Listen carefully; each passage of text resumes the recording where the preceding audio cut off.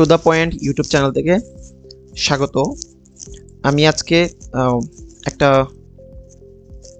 Topic নিয়ে আলোচনা করব, সেটা হচ্ছে স্পোকেন ইংলিশের জন্য আমাদের বেশ কিছু রুলস নিয়ে আমি আলোচনা করব, যে রুলসগুলো আসলে আমাদেরকে স্পোকেন ইংলিশ বা আমাদের ইংরেজিতে কথা বলার জন্য অনেক সহযোগিতা করবে। আমি আশা করব যে এই ক্লাসটি আপনারা যদি শেষ পর্যন্ত ক্লাসটি দেখেন, তাহলে এখান থেকে যে আমি রুলসগুলো নিয়ে আলোচনা করব সেগুলো ভালোই আপনাদের জন্য উপকৃত হবে। প্রথম যে রুলটি সেটা হচ্ছে যে this is the very plus noun, অর্থাৎ এটার অর্থ, বাংলা অর্থ হলো যে এই সেই, যদি নাম, যেখানে এখানে না যদি নাম বসে এই পাশে, যদি বসে এখানে কার, তাহলে হবে কি এই সেই কার্ডটি। আমরা অনেক সময় বলি না কথায় কথায় যে এই সেই কার্ডটি বা এই সেই ব্যক্তিটিকে, এই সেই ব্যক্তিটি যাকে আমি খুঁজছিলাম, বা এই সেই বাড়িটি যেটি আমি আমার পছন্দ হয়েছিল। তো আমরা আসলে এরকম মানে এই সেই দিয়ে অনেক ধরনের কথাই আমরা বলে থাকি। তো আজকে আসলে এই সেই অর্থাৎ this is the very plus noun, এরকম আমি কিছু এক্সাম্পল দেখি। প্রথম একটা এক্সাম্পল দেওয়া হয়েছে যে এখানে যে this is the very car that I was finding, এই সেই গাড়িটি যেটাকে আমি মানে খুঁজছিলাম বা আমি খুঁজতেছিলাম ওই সময়টাতে। এই কথাটাই বলা হয়েছে দিস ইজ দ্য ভেরি। আপনি আপনার স্পোকেন জার্নিতে বলতে পারেন যে this is the very person, এই সেই ব্যক্তিটি, this is the very car, this is the very house, this is the very book, এরকম অনেক কিছুই আপনার আছে। এই যে আবার এখানে বলা হয়েছে this is the very book I was looking for, এই সেই বইটি যেটাকে আমি খুঁজছিলাম। আমাদের কিন্তু যে রুলসটা সেটা হচ্ছে দিস ইজ দ্য ভেরি, আর এই জায়গাটা যেটা আছে এটা আপনি এক্সটেনশন হিসেবে আই ওয়াজ লুকিং ফর অথবা আই ওয়াজ ফাইন্ডিং, এটা আপনি এক্সটেনশন হিসেবে ব্যবহার করতে, বা আপনি এটা মূল সেন্টেন্স হিসেবে ব্যবহার করতে পারেন। কিন্তু এটা আপনার স্পোকেন ইংলিশের ক্ষেত্রে আপনাকে এটা অনেক বেশি কি করবে, আপনাকে আপনার ইংলিশের যে কথা বলাটাকে অনেক বেশি সহজ করে দিবে। তারপর এখানে যেটা লেখা হয়েছে যে this is the very moment, এই সেই কি মুহূর্তটা we have been waiting for. আমরা বলি না যে মানে ধরেন হচ্ছে 2022 সালে আর্জেন্টিনা জয়লাভ করেছিল, তখন যদি বিশ্বকাপে যখন জয়লাভ করলো তখন যদি আপনি বলতেন, এরকম অনেকেই বলেছে যে এই সেই মুহূর্তটা যেটার জন্য আমরা অনেক বছর ধরে ওয়েট করতেছিলাম, তাহলে কি আবার এমন যদি হয় আপনার জীবনে একটা মুহূর্ত আসলো, যে মুহূর্তটা আসলে এটার জন্য আপনি দীর্ঘদিন ধরে অপেক্ষা করছেন, তাহলে কি বলবেন যে দিস ইজ দ্য মোমেন্ট, এই সেই কি মুহূর্তটা যেটা we have been waiting for, এটার জন্য আমরা কি করছিলাম, অপেক্ষা করছিলাম। তারপর সর্বশেষ যেটা বলা হয়েছে যে this is the very reason why I called you, এই সেই কারণটা যার কারণে আমি তোমাকে কল করেছিলাম। ঠিক আছে, তো আমরা এটা হচ্ছে আপনার রুল নাম্বার, যে প্রথম রুল। আপনি এটার উপর ভিত্তি করে অসংখ্য আপনি সেন্টেন্স বানাতে পারবেন, যে সেন্টেন্সগুলো আসলে আপনাকে স্পোকেন ইংলিশে অনেক বেশি সহজ করবে আপনাকে কথা বলার জন্য। তাহলে আমরা নেক্সটে স্লাইডে দেখি যে কি আছে।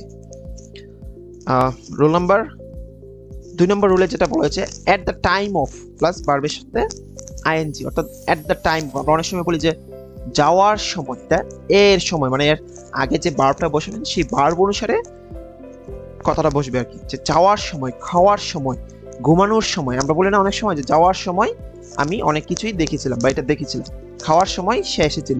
তো এরকমভাবে আমরা কিছু এক্সাম্পল দেখি যে at the time of writing the letter he felt emotion, অর্থাৎ লেটারটা বা চিঠিটা লেখার সময় সে কি হয়েছিল, মানে সে অনুভূতি অনুভব করছিল, সে মানে ইমোশন হয়ে গিয়েছিল, এরকম একটা আর কি। যে at the time of writing, at the time of going, at the time of taking the letter I was very emotion, বা আই ওয়াজ, এরকমভাবে আপনি অসংখ্য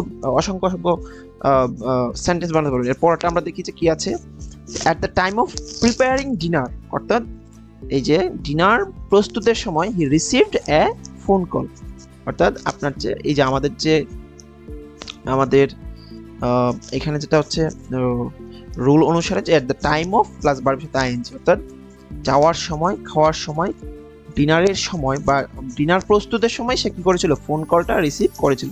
আমাদের এই অংশটা যেটা আছে, এই অংশটা কিন্তু আমাদের কি মূল, আমাদের যে রুলের যে নিয়ম, রুলের যে অংশটা, ঠিক আছে, এই রুলের অংশটা হচ্ছে এটা, এবং এটা হচ্ছে কি আপনার একটা সিম্পল সেন্টেন্স। আপনি তো কথা বলার জন্য আপনাকে কথাটা খুব সুন্দর করে মডিফাই করার জন্য আপনাকে এই ছোটোখাটো যে সকল টার্মগুলো আছে বা এই রুলগুলো আছে যখন আপনি ব্যবহার করবেন তখন আপনার স্পোকেন জার্নিটা আরও অনেক বেশি স্পোকেন ইংলিশটা আরও অনেক সুন্দর করে আপনি বলতে পারবেন। তারপর আমরা পরেরটা দেখি, at the time of cleaning the house, মানে বাড়িটি পরিষ্কার করার সময় he found an old photo album. Say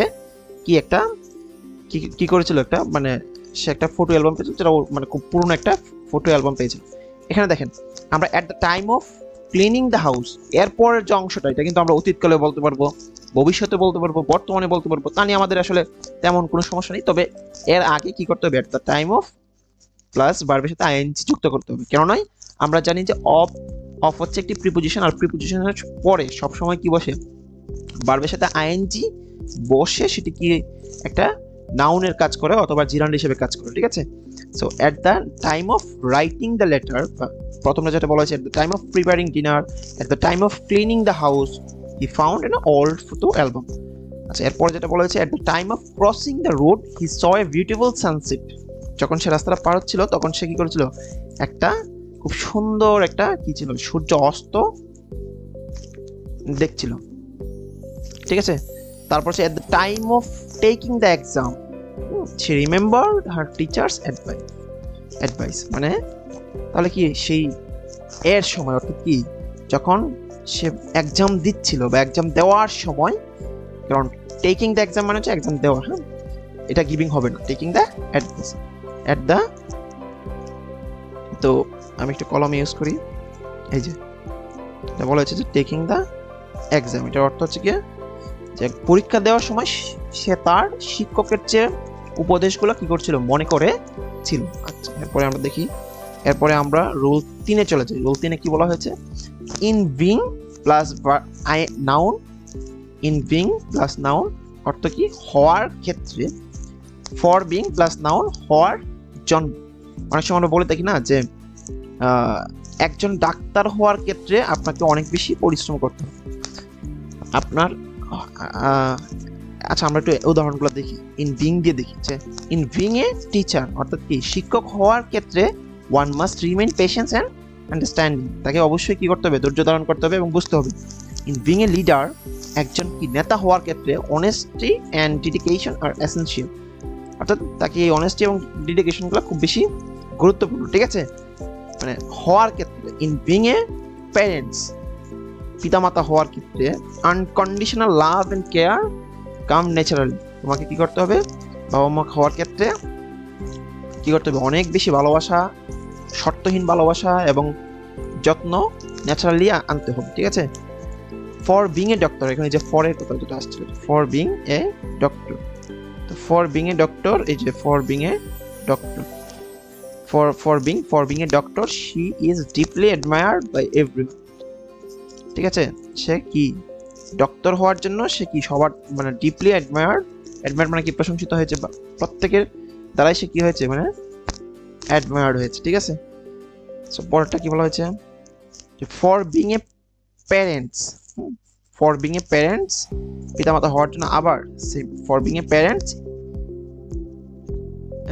he tax great care of his children, তার সন্তানকে কি করতে হবে, যত্ন নিতে হবে, ঠিক আছে। ফর বিং এ ফ্রেন্ড, বন্ধু হওয়ার জন্য, ঠিক আছে, he is always there to support others, আমাকেও তাকে কি করতে হবে, অন্যকে তার বন্ধুকে সহযোগিতা করার জন্য থাকতে হবে।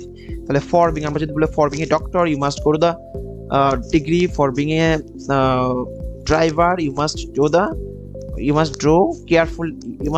Do carefully drive. This kinds of is all about today's that I am trying to give you and make you understand. Okay, so আজকে এই পর্যন্তই ছিল। আমি আশা করি যদি আপনারা এই ভিডিওটা ভালো করে দেখেন, ঠিক আছে, একদম বুঝে দেখেন, তাহলে এই 3টা রুলের উপর ভিত্তি করে আপনি অনেকগুলা বাক্য তৈরি করতে পারবেন। আমি আশা করি আপনারা যদি এই 3টা রুলস ভালো করে ফলো করেন তাহলে অনেকগুলা আর বাক্য আপনি এখান থেকে তৈরি করতে পারবেন এবং এগুলো আপনার স্পোকেন জার্নিতে অনেক বেশি উপকৃত হবে। আমি এইভাবে আরও ধারাবাহিকভাবে অনেকগুলোই এইভাবে একটা সিরিজ দেবো, অনেকগুলোই আসলে এখানে স্পোকেনের জন্য থাকবে। আশা করি আপনারা ভিডিওটি অনেক উপভোগ করেছেন এবং আমার চ্যানেলটিকে আপনারা সাবস্ক্রাইব করবেন, লাইক কমেন্ট। ধন্যবাদ সবাইকে।